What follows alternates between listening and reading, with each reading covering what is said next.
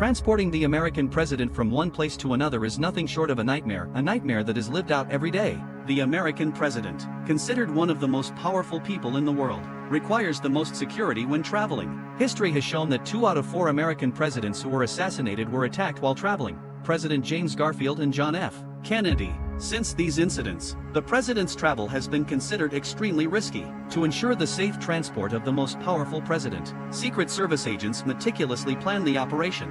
Ideally, they aim to have the president travel by Marine One helicopter or Air Force One plane whenever possible. However, if the president's destination is only a 30-minute drive away, the presidential motorcade is used. The American presidential motorcade includes more than 50 vehicles and over 100 people, each with a specific role. Every detail of the journey is pre-planned, from which side the president will enter the car, which car will lead, which will follow, and even who will open the president's car door. Any deviation from the plan signals a potential threat to the Secret Service agents.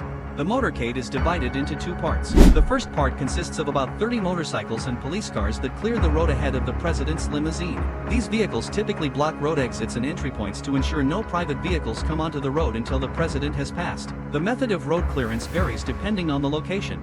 The second part of the motorcade begins with a lead car or motorcycle that the rest of the motorcade follows. The vehicles following this lead are referred to as the secure package, directly responsible for the president's safety. In the event of an attack, this secure package can operate independently of the rest of the motorcade. The most important vehicle in this package is the president's limousine, but no one knows which of the 2 identical limousines the president is actually in. Both limousines are identical in every detail, including model, color, tire size, flag, and even license plates. The president's limousines often change positions during the journey to confuse potential attackers.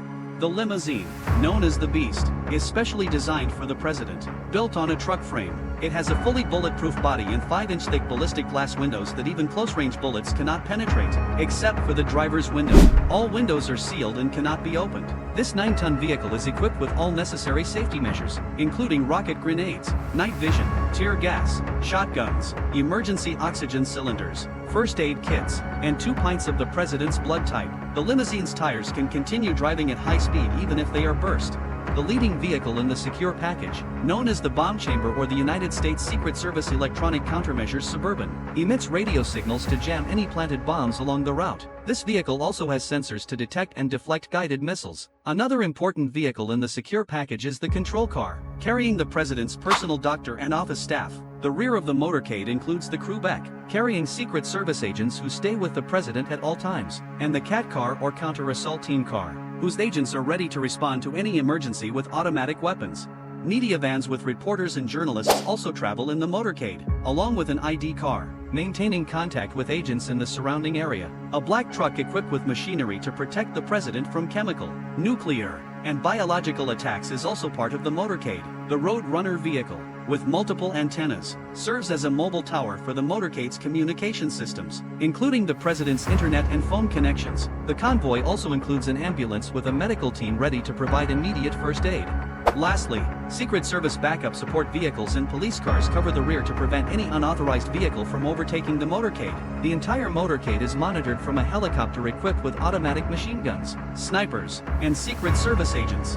When the president travels abroad, the logistical challenges increase. 2 days before the president's departure, his 2 limousines, Secret Service vehicles, and jammer cars are loaded into a C-17 Globemaster cargo plane and sent ahead. On the day of travel, the president departs from the White House in a Marine One helicopter, accompanied by 5 identical helicopters to prevent anyone from identifying the one carrying the president. Upon landing at the airbase, 2 modified Boeing 747 planes, known as Air Force One, await the president. These planes are equipped with all safety and security facilities, including a presidential stateroom, executive offices, conference room, dining room, full kitchen, and office. Air Force One also flies with an identical plane to further ensure security.